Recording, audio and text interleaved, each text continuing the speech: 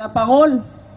Avant tout, je voudrais présenter ici mon humilité et mon respect à vous tous, les autorités du coin, et également à vous tous qui vous êtes déplacés ce soir pour venir à ce meeting.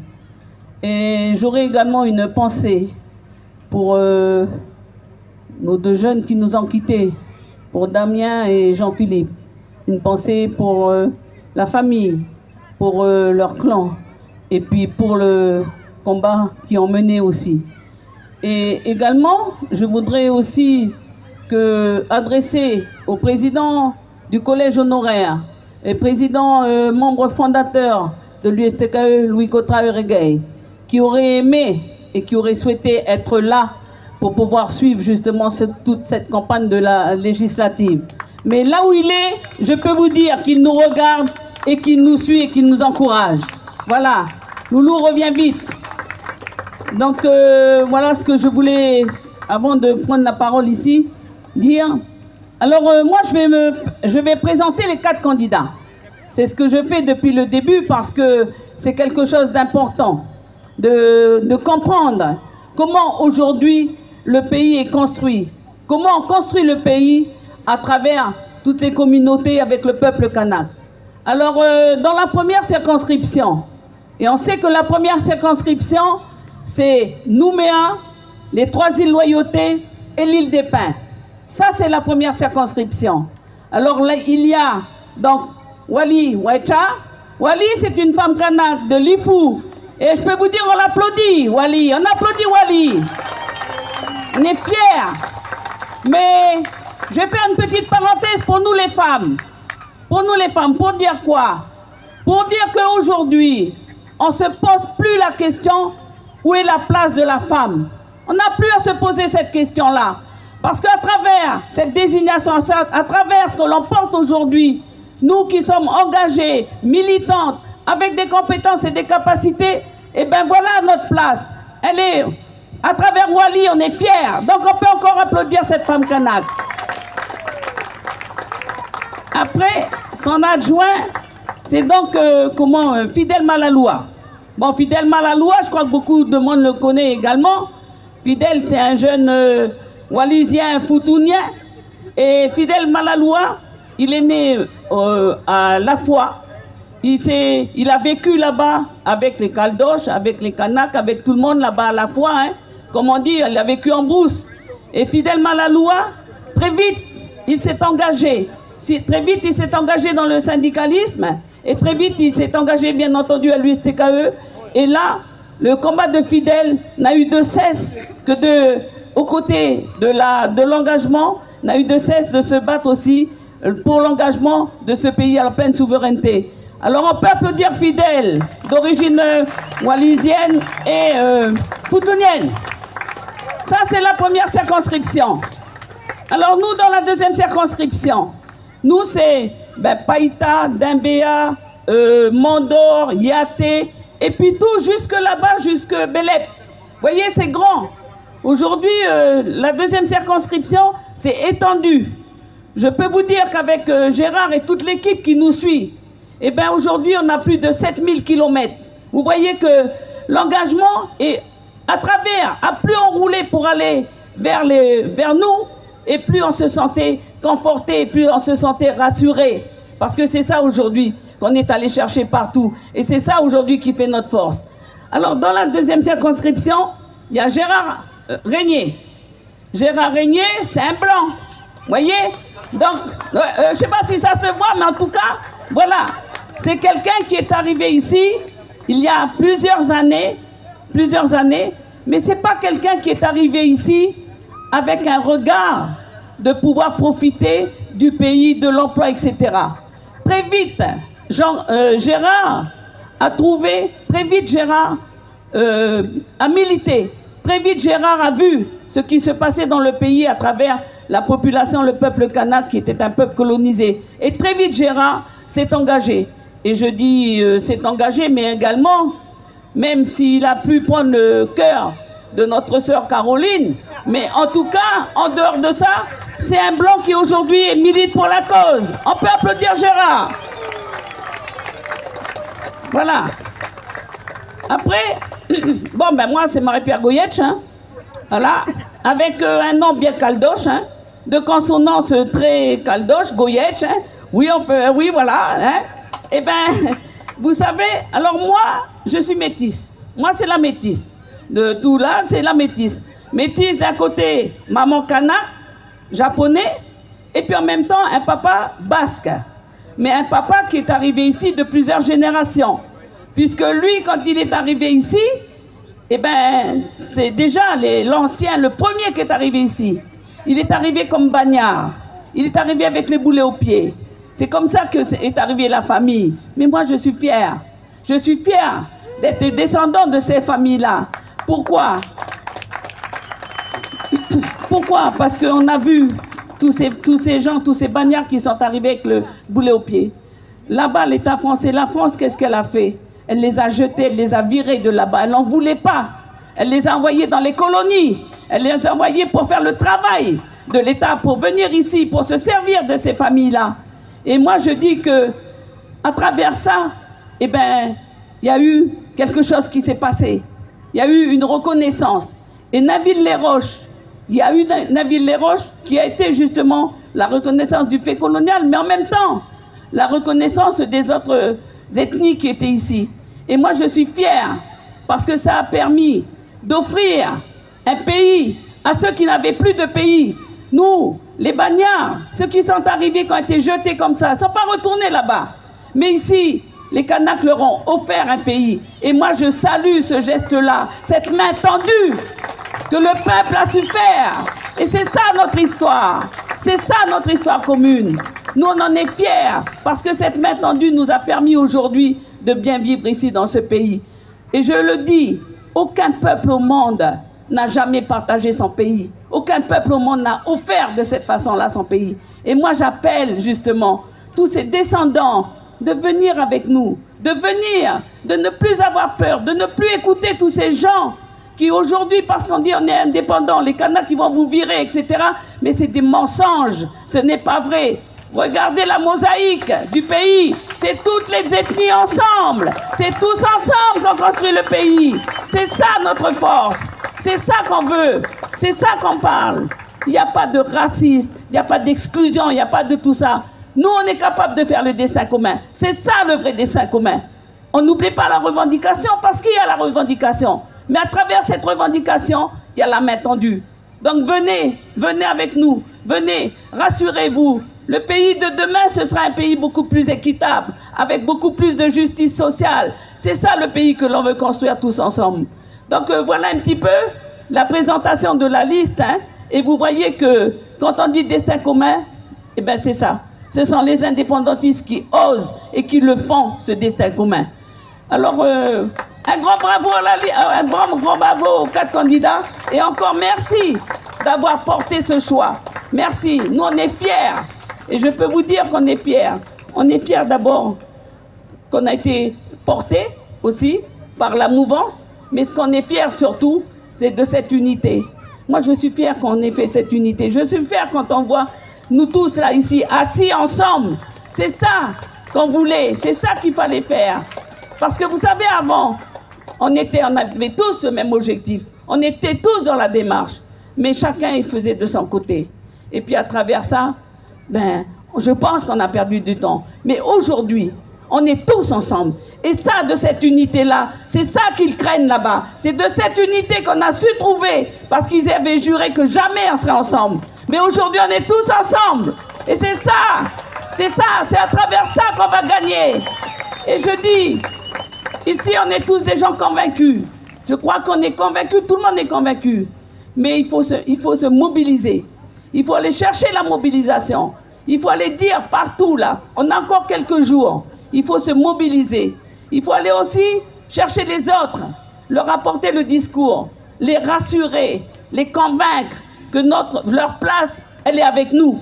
Leur place, elle est avec le peuple qui a su tendre la main et qui sait aujourd'hui ce que c'est que le destin commun. Alors, j'aurai quand même une petite parenthèse, parce que je le fais toujours, parce que je le dis, parce que c'est aussi l'histoire, de dire que quand il y a eu la consultation, quand il y a eu le 12, au lendemain, Eh bien, vous avez entendu que les indépendantistes, nous, on n'a pas parlé. Il y avait le silence. On s'est tu. On a dit on ne dit rien. On a dit on ne participe pas et le lendemain, on n'a pas parlé. Et ce silence-là, ben, ça a permis aux autres de quoi faire. Ben, ça a permis aux autres de dire on a gagné, ici c'est la France, il n'y a plus rien, les indépendantistes c'est fini, demain on va renégocier avec la France et puis c'est nous qui allons faire les choses et vous les indépendantistes vous allez suivre. Eh bien non, c'est pas comme ça. Eh bien non, c'est pas comme ça. C'est pas comme ça que ça va se passer. Ce n'est surtout pas comme ça que ça va se passer. C'est ça la détermination que l'on a. Alors il y a un cheval de bataille qui est très fort et que la droite entretient et que la droite, tous les gens de droite qui ont les listes là, c'est leur cheval de bataille, c'est le corps électoral, le gel du corps électoral. Alors je voudrais quand même mettre en garde tout le monde qu'il y a 40 000, il y en a 40 000 qui veulent aujourd'hui venir avoir les mêmes droits pour pouvoir voter. Et ces 40 000 là, ils attendent. Mais demain, la droite, elle va faire le forcing pour que ces 40 000 ils votent, pour que ces 40 000 ils aient les mêmes droits que nous. Mais demain, ça va être quoi? Ça va diluer la revendication, ça va noyer la revendication. Mais en même temps, tous les autres là, les caldoches et tout ça, tout le monde, ils vont disparaître parmi les 40 000. Comprenez ça. Aujourd'hui, ils comprennent le danger de voir les 40 000 voter. Mais ils ont peur encore. Donc, allez les rassurer. Donc, voilà un petit peu le message que je vais faire passer, parce qu'il y a plein de choses qui vont se dire, hein. Il y a eu beaucoup de choses qui ont été dites tout à l'heure et je crois que nous tous ici, eh ben, on a une chose, une consigne, c'est la mobilisation, aller convaincre, aller rassurer les autres et à partir de là, le 12, on ne dit pas on va gagner, le 12, on gagne. Vous êtes d'accord? Merci.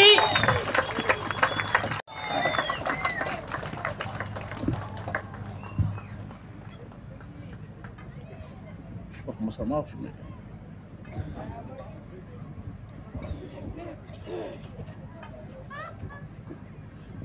Bien, bonsoir à tous. Respect et humilité, hein, avant de prononcer ces quelques mots. S'engager en politique et s'engager au niveau du social, ce sont des sujets qui sont extrêmement sérieux. Ce sont des sujets qui sont tellement sérieux que des fois on en a peur. Merci à Marie-Pierre d'avoir présenté les candidats que nous sommes. Donc moi je suis le 4e vice-président de l'USTK. En tant que candidat, j'ai été choisi dans cette liste parce que c'est l'unité. Nous sommes les candidats de l'unité. Peut-être parmi la foule, peut-être parmi les militants, il y a des candidats bien meilleurs que nous. Il y a des militants hautement qualifiés qui auraient pu venir être ici, à notre place. C'est ainsi fait et nos responsables ont décidé. On choisit. De fait peut-être de notre parcours, de notre responsabilité, de notre engagement, de notre expérience. En tous les cas, on est là et comme tout devoir de militant, on assume ce devoir. On ne se lève pas un matin pour improviser dans le social, au niveau politique. Et surtout, on n'improvise pas quand c'est la lutte du peuple kanak. On ne bricole pas quand c'est l'histoire d'un peuple depuis plus de 200 ans qui appelle à sa liberté. Alors permettez-moi, toujours en tant que candidat, du petit foutounien là, je ne sais pas, peut-être de 100 kilos, hein, arrivé, du petit foutounien qui est né à la fois, ancré fortement à droite avec ce petit parcours-là et qui a découvert la cause réelle de votre revendication du peuple kanak, qu'est l'indépendance. Merci. Merci, c'est pas évident, parce que toujours en tant que candidat, et surtout en tant que non-kanak, Marie-Pierre le rappelait tout à l'heure, et vous voyez, ça transpire à travers Gérard. Portez votre combat, portez votre revendication, c'est pas une mince affaire. Surtout quand on n'appartient pas à votre peuple. Nous, on appartient à un idéal, nous. Nous, on appartient à un idéal qui est universel. C'est de combattre les injustices. Mais dans la lutte du peuple kanak, en toute humilité, des militants comme nous, on apprend à grandir à vos côtés. On apprend à prononcer des mots avec respect. On apprend à lier les paroles à l'acte. Et on apprend aussi à subir ce que vous subissez. Je disais tout à l'heure dans mon introduction que faire de la politique, prononcer les mots, c'est quelque chose de sérieux. Alors permettez-moi, hein, bon, j'ai pas 90 ans, mais j'ai fait un petit papier parce que des fois la mémoire, elle s'évapore. Je voudrais aussi saluer d'abord les militants, les équipes de campagne de la 1 et la 2, avec Dominique Fauchy, avec Patrick Jomessi, les équipes, les petites mains qui sont derrière. Grâce à qui ils organisent la campagne. Des fois qu'ils nous engueulent un peu de temps en temps, des fois qu'ils nous disent d'aller à gauche alors qu'on va à droite, des fois on se trompe d'endroit pour aller faire le meeting, des fois on parle un peu trop. Mais grâce à vous, merci les frangins, merci les frangines, tous ceux qui sont derrière, Margot, Black Soul, Carole et Athénée. Bon, il y en a des petites mains comme ça que l'on ne voit pas. Je voudrais que vous les applaudissez. Ces petites mains-là qui nous accompagnent depuis maintenant 3 semaines. Je voudrais aussi saluer la campagne que l'on a fait. On a faite avec Wally au niveau des îles. On était à Lifou, enfin on a commencé par Ouvéa, Marais, Lifou, et on a fini Île-des-Pins. Eh bien on se rend compte que quand la lutte est dure, c'est même pas une question d'aller convaincre, c'est une question d'entendre que les avions sont en retard. C'est ça aussi, c'est de louper la fête des mers. Mais ça, en tant que militant, on assume. Et pendant la campagne, nous l'avons assumé, nous avons été à Pénélo, à Marais, à Tineting. Je ne connais plus tous les noms de vos tribus, tellement elles sont belles. Les femmes et les enfants et puis les maris. Voilà, vous êtes tous beaux dans vos tribus. J'ai l'impression quand je suis aux îles que vous êtes déjà indépendants. Il ne faut pas crier trop fort. Mais je salue quand même cette campagne auprès des îles. Voilà, j'ai rencontré dans les tribus tardivement, en discutant avec des gens, avec des hommes et des femmes, des militants de l'ombre d'une haute qualité humaine, que quand on est à côté d'eux à 1h, à 11h du soir, eh bien on s'abreuve de cette humilité. On s'abreuve de ces mots pour pouvoir se tenir devant vous, ici. Je voudrais aussi saluer, à travers la campagne, les populations, les mamans, les pasteurs, tous ceux qu'on a pu rencontrer. On voit avec telle ferveur que quand vous parlez de la cause kanak, je disais tout à l'heure que ce n'est pas du bricolage. On en voit même, quand j'étais à Île-des-Pins, elle le disait tout à l'heure, une maman a pris la parole devant moi, j'avais presque vu les larmes aux yeux, quoi. Je ne sais pas si c'est le fait que ce soit un non-kanak qui vient parler de la cause kanak avec fierté, ou si c'est le fait que l'on remémore que la cause kanak est noble, l'indépendance que vous demandez est noble, quoi. Alors les raisons pour lesquelles on s'est engagé, effectivement, ce n'est pas évident, hein. Toutes les structures à laquelle on appartient, 1 an et demi avant, je mets la main à couper que beaucoup hésitaient encore. On se va aux législatives ou pas? Il y a le référendum, il y a les présidentielles. C'est comme ça dans les structures. Ça groupit un peu et puis c'est de la haute réflexion. On discute et puis on hésite. Donc chemin faisant comme ça, au fur et à mesure, effectivement, on valide ensemble qu'on va présenter des candidats aux législatives. On sait à 65% que peut-être l'ensemble des militants n'ont pas fait encore le virage, peut-être n'ont pas compris pourquoi on va à ces législatives.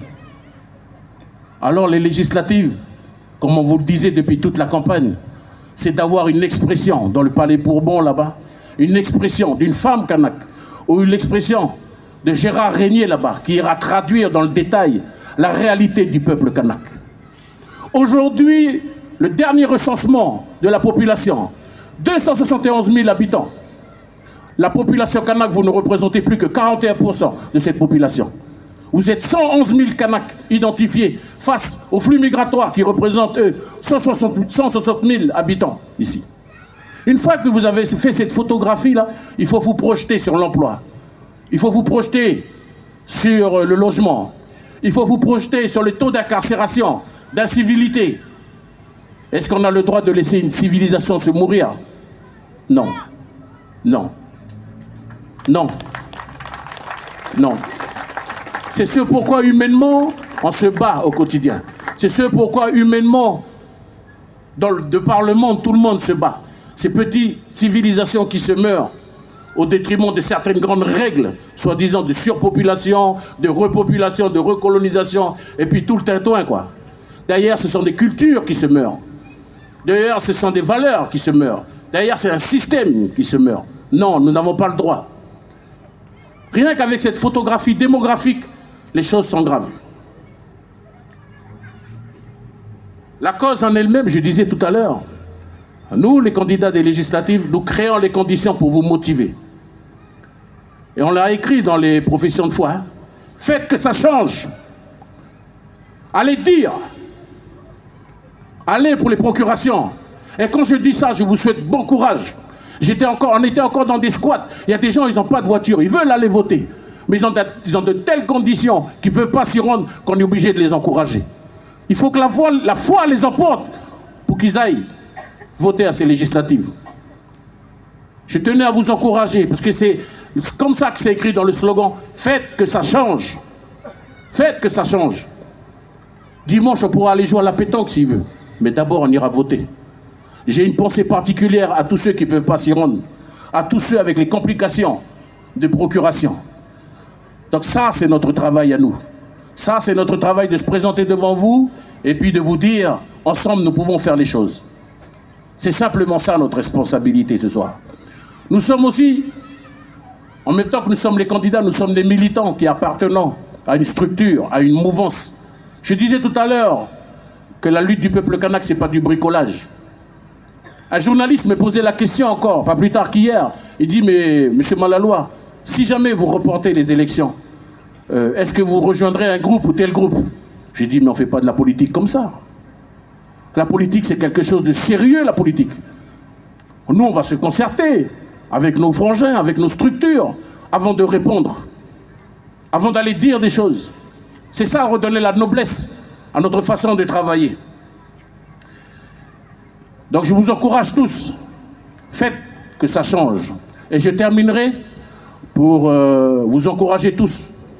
Moi, le petit foutounien de la foi, qu'avec beaucoup d'humilité, des fois je vous admire. Vous savez, des fois je crois que mon parcours à l'USTKE, ça fait 20 ans que j'y suis, et ça fait 15 ans que j'occupe une responsabilité. Des fois je crie, je dis à la maison que j'amène de l'énergie au combat. J'amène une façon de faire, je suis là pour compléter avec d'autres frères non-kanak. Et bien des fois dans la complexité et dans la difficulté du combat de tous les jours, c'est même vous, dans la difficulté, qui me donnez de l'énergie, qui êtes fiers d'être foutonné en pays kanak. Vous devez, on peut compter sur cette revendication et soyez-en dignes. Voilà. Et comme on l'a dit tout à l'heure, c'est maintenant qu'il faut franchir la ligne d'arrivée. Demain, il y aura la nation de Kanaki. Et j'espère que moi, mes enfants, et la communauté à laquelle j'appartiens, nous serons des citoyens kanak d'origine foutonienne. Que vive Kanaki! Vive la lutte! Merci! Sous vos applaudissements, s'il vous plaît, Fidel Malaloua, suppléant de la première circonscription. Faites du bruit aussi pour Fidel, parce qu'il a donc fait beaucoup de kilomètres, et donc il a fait cette campagne, vous l'avez entendu, avec beaucoup de conviction. Pardon de me tenir devant vous, les grands chefs, les propriétaires fonciers. Comme a dit Magali, il fallait désigner des candidats. Fidel l'a dit aussi, voilà, c'est nos têtes. Mais le combat qu'on a engagé, c'est pas notre combat.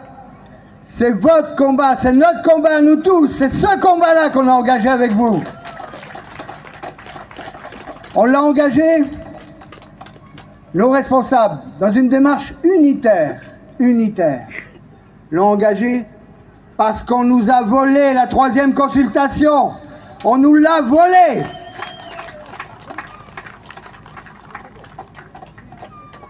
La réponse, on va la donner là. Le 12 et le 19, ça va être notre réponse pour ceux qui nous ont volé cette consultation, pour ceux qui veulent rendre inopérant, c'est comme ça les mots, la lutte. Ils essayent de nier la marche qui a été engagée. Ils essayent de dire, ou ils essayent de se convaincre qu'il n'y aura plus de revendications.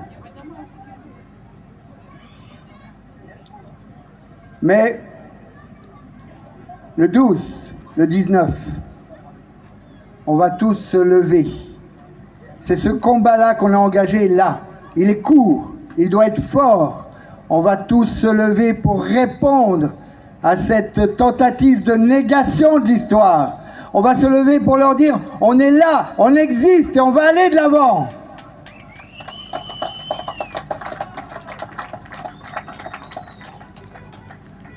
On ne fait pas beaucoup de promesses pendant cette campagne.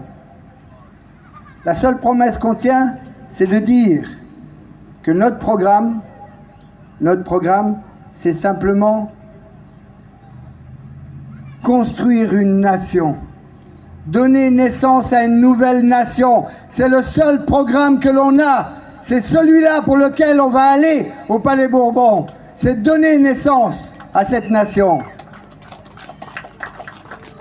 Les autres font beaucoup de promesses. Vous avez entendu, là, ils vont relancer l'économie.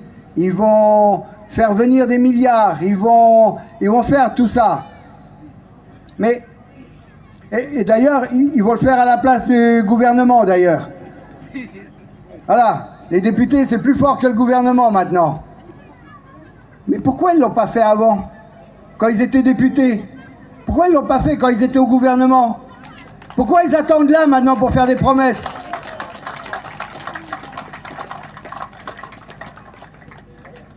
Pour nous mentir encore?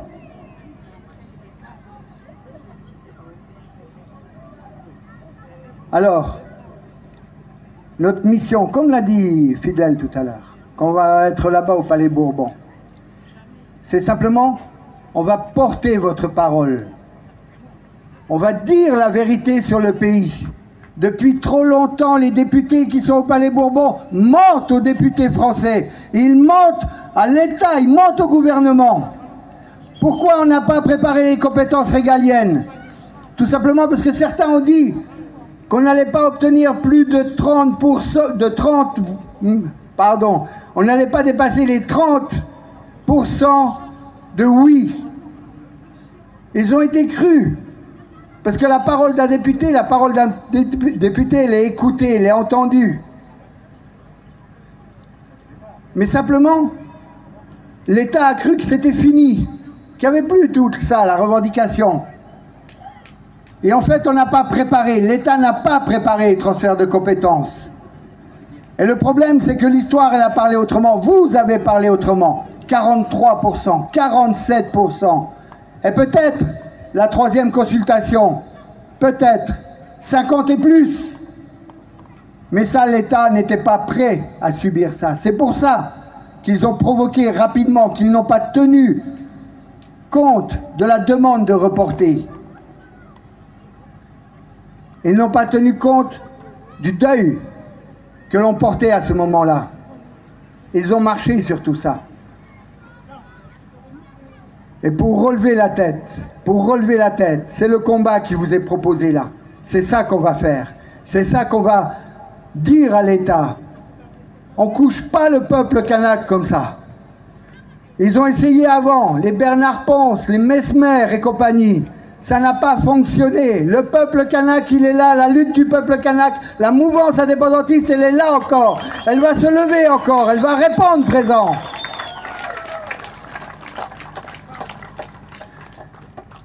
Les autres candidats, ils ont une méthode, ça s'appelle la méthode Coué. Moi, je ne connais pas le monsieur Coué, là.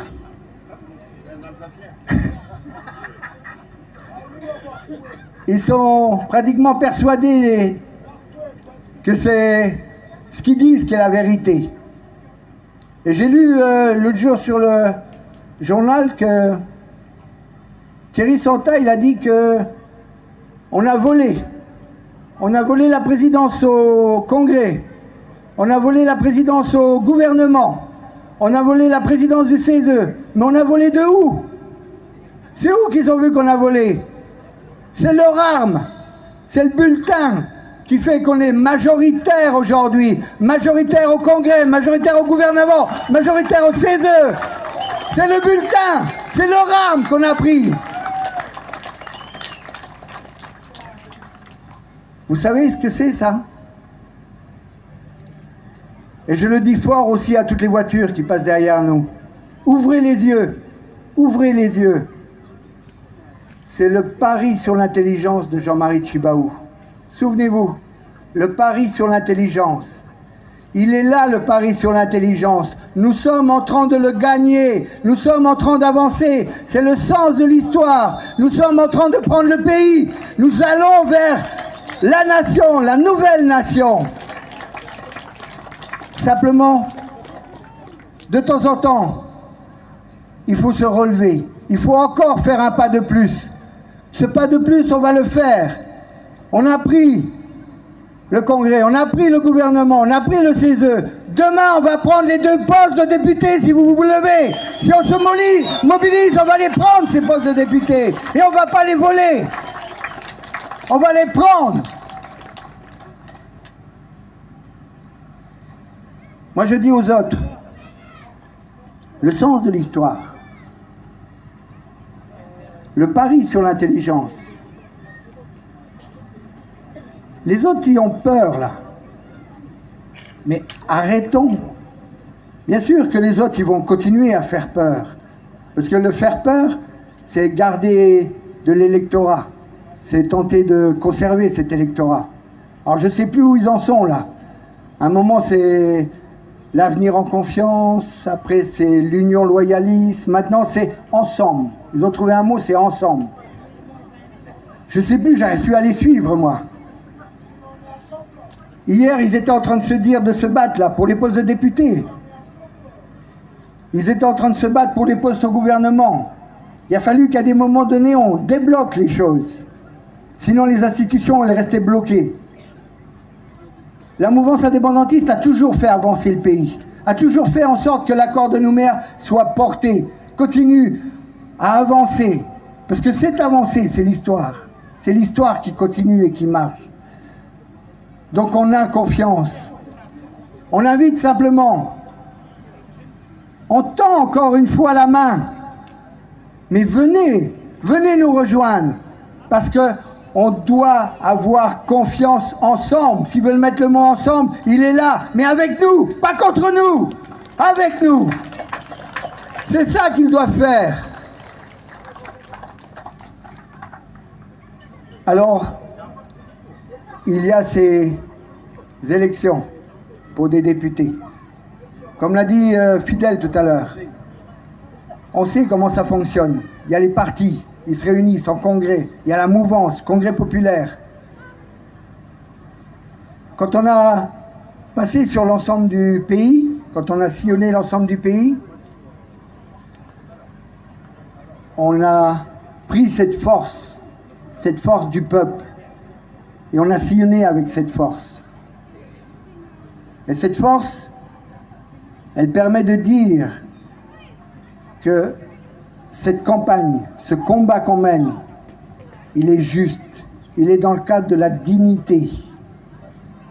Et bien sûr que demain encore, il va y avoir des discussions. Ces discussions, on a fixé le cadre.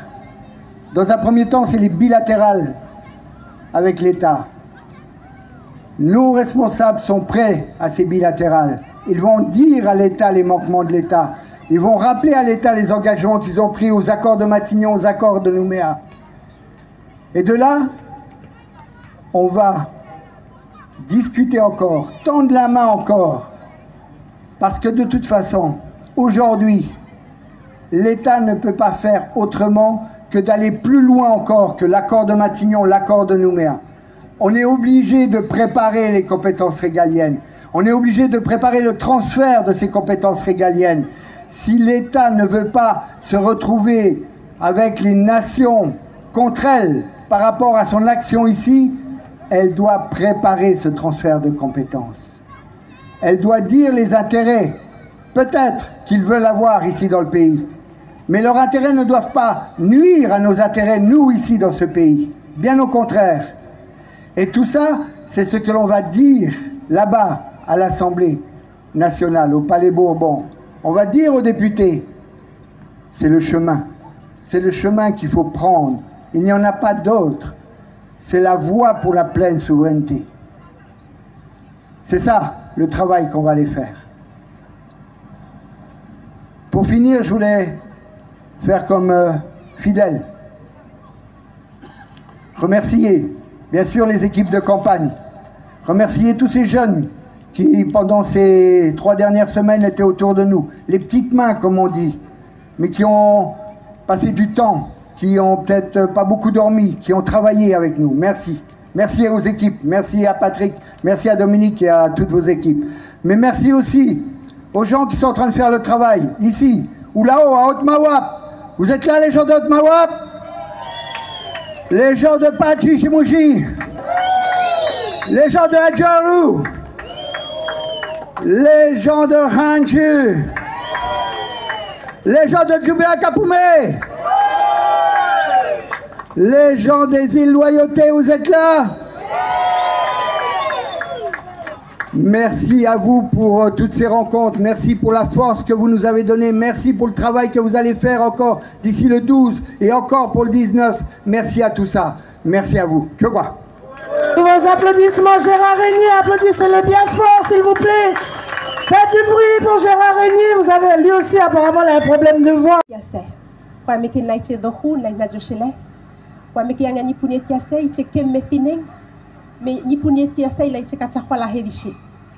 Tout mon respect et mon humilité envers les grands chefs, les esprits, les ancêtres de cette terre, envers vous, les militants qui avez fait tout ce déplacement pour venir nous voir aujourd'hui. Merci. Tous les responsables militants, tous ceux qui sont dans l'ombre, merci de nous accompagner durant cette campagne pour les législatives. Je remercie également Marie-Pierre pour la pensée, à Jean-Philippe et Damien, et René, et tous les autres militants dont je ne connais pas le nom, mais qui nous ont peut-être quittés ces derniers jours. Je me présente là devant vous, je suis Wali Wahecha, comme vous le savez déjà, donc je ne vais pas développer plus. Je ne suis qu'une simple militante et je suis très impressionnée de parler devant des militants de longue date, devant des responsables politiques, d'être là, de me tenir droit devant vous comme ça et de vous parler politique. Je salue la démarche unitaire de tous les groupes de pression indépendantistes. Le fait qu'on marche tous d'un même pas, qu'on porte tous la même parole, au diapason pour un seul objectif, l'indépendance de Kanaki, Nouvelle-Calédonie.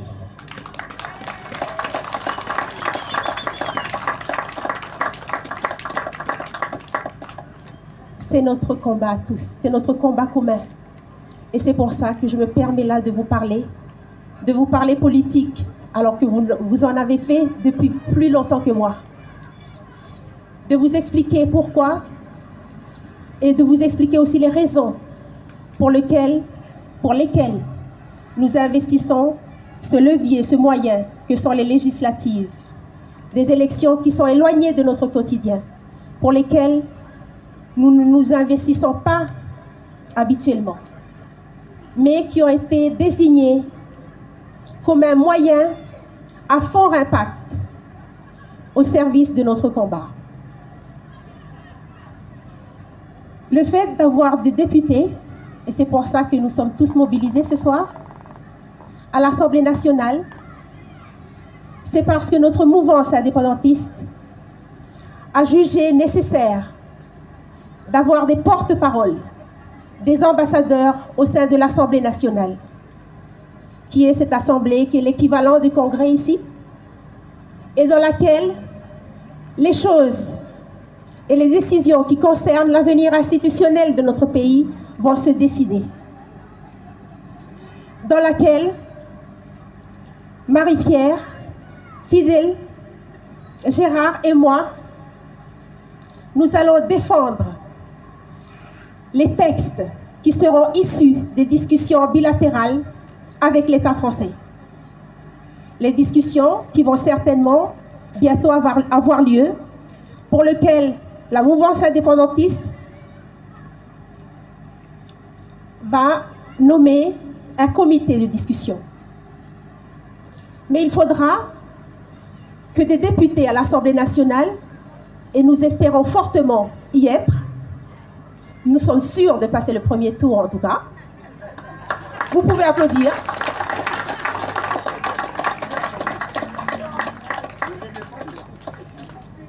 Et beaucoup de nos copains nous demandent d'en face pourquoi des bilatérales et pourquoi on ne discute pas avec eux. On a déjà évoqué plusieurs raisons. Moi, il y en a une qui me touche particulièrement, que peut-être je n'ai pas besoin de dire ici, mais je vais le dire quand même, parce que mes grands frères, ils ont dit que maintenant c'est moi le chef et je dis ce que je veux.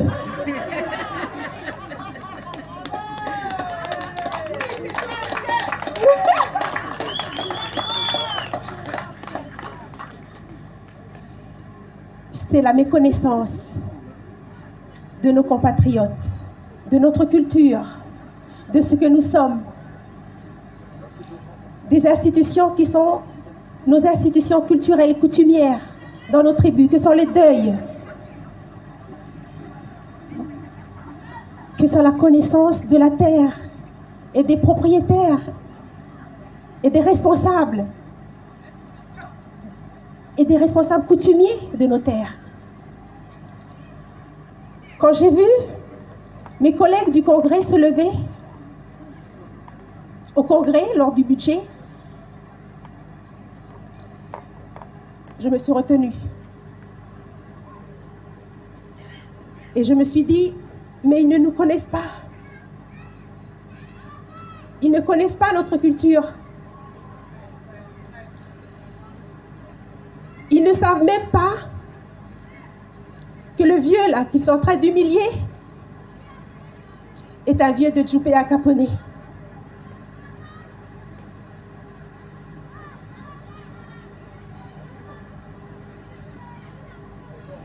J'ai dit,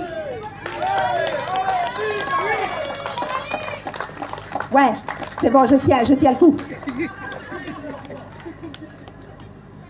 J'ai dit à l'un de mes collègues lors d'une interview où je me sens toujours comme dans une arène. Je leur ai dit, mais je n'ai pas besoin de vous expliquer le deuil. Si vous aviez vécu ne serait-ce qu'une semaine, un mois, un an dans une tribu, vous auriez compris. On n'aurait pas eu besoin de vous expliquer pourquoi c'était important pour nous de reporter cette date du 12 décembre. Et pourquoi nous nous sentons méprisés par leur indifférence.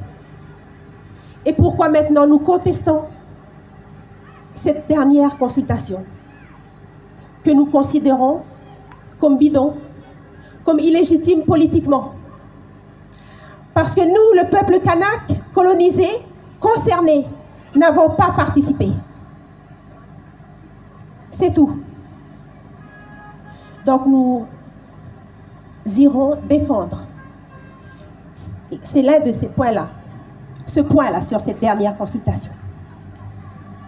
Cette histoire de deuil dont je vous parle et dont je vois que vous êtes complètement réceptifs et c'est normal. Ensuite, nous sommes à la dernière mandature de l'accord de Nouméa et je salue les ancêtres de m'avoir permis d'y être et de jouer ce petit rôle dont vous et mes grands frères ici, mes grands chefs, mes ancêtres m'ont aussi donné cette chance de participer.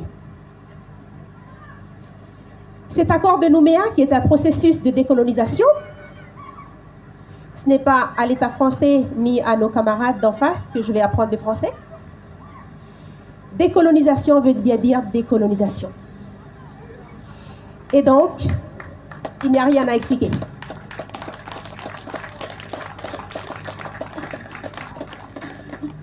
Qui prévoit sur son point 5, qui dit qu'à la fin de cette période, c'est-à-dire là, d'ici 2024, l'État français reconnaît la vocation de la Nouvelle-Calédonie à bénéficier d'une complète émancipation. C'est ça qu'il dit, le point 5.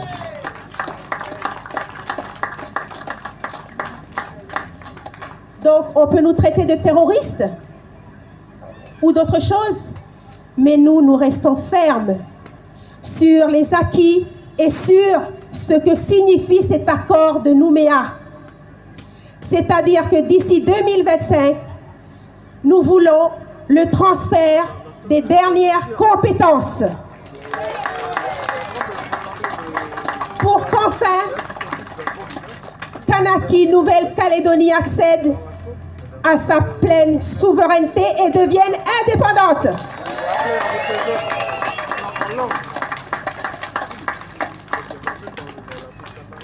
Et donc, nous refuserons un énième statut au sein de la République française, mais ça, c'est juste la suite logique de ce que je viens de vous dire.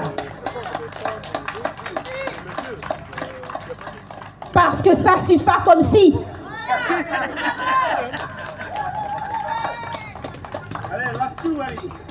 Allez, je lâche tout là. Je suis contente parce qu'ils m'encouragent, mais ils aiment bien m'engueuler aussi quand je dis des bêtises.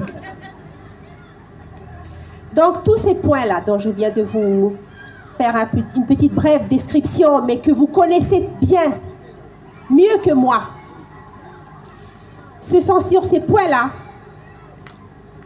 que vont se porter les discussions en bilatéral avec l'État français, l'État colonial. C'est avec lui qu'on va discuter. C'est lui qui nous a colonisés. C'est dans son Assemblée nationale que les choses vont se décider. Et non ici avec nos copains de la droite locale coloniale.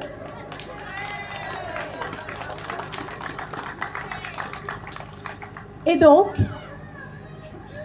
nous sommes ici, nous faisons les fiers, mais nous avons un cadre. Nous avons un cadre qui est donné par tous ces grands frères et vous tous, qui représentez la mouvance indépendantiste, FLNKS, indépendantiste et nationaliste. Et donc, ma mission avec Marie-Pierre, Gérard et mon super suppléant fidèle, c'est mon super suppléant fidèle.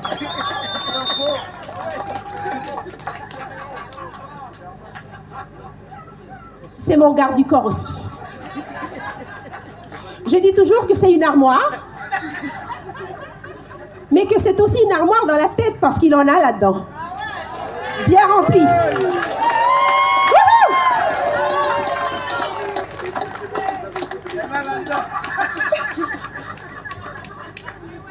Bon, ils se moquent toujours de fidèles, mais là, je vais les arrêter. Arrêtez-vous. Oui, donc, nous avons un cadre. Donc, nous considérons que nous allons remplir cette mission grâce à vous, grâce à votre vote, le 12. Oui. Plus fort. Oui. Yes.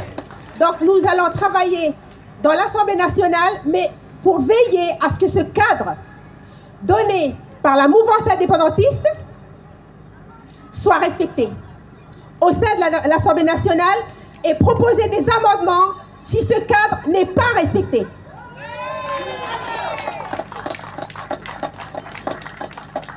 Mais bien sûr, il y en a qui nous posent des questions parce qu'il n'y a pas que l'avenir institutionnel de notre pays sur lequel nous allons travailler à l'Assemblée nationale. Mais je ne vais pas m'attarder dessus. Juste dire que c'est ça notre première mission. La première mission d'un député calédonien, indépendantiste ou pas, à l'Assemblée nationale, c'est de travailler sur cet avenir institutionnel de notre pays et surtout en cette période cruciale de l'histoire de Kanaki Nouvelle-Calédonie. Donc nous allons mettre tout en œuvre, mes 3 collègues et moi, pour que ce cadre qui est donné, suite à ces discussions bilatérales, pour qu'il soit respecté. Et nous allons actionner tous les leviers qui seront à notre disposition au sein de cette Assemblée nationale pour que l'accession à la souveraineté pleine et entière, à l'indépendance de Kanaki Nouvelle-Calédonie soit imminente.